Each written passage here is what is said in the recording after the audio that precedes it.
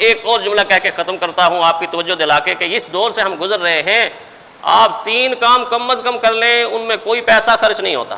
ایک کام یہ کہ چلتے پھرتے اٹھتے بیٹھے آتے جاتے صلی اللہ علیہ وآلہ وسلم، کتنا آسان ہے، صلی اللہ علیہ وآلہ وسلم، وقفے سے اپنا وظیفہ بنا لیں۔ دوسرا، جو ہی آپ بیڈ پہ جائیں، چارپائی پہ جائیں، استغفر اللہ استغفر اللہ استغفر اللہ۔ 2 کام ہیں، کوئی مشکل؟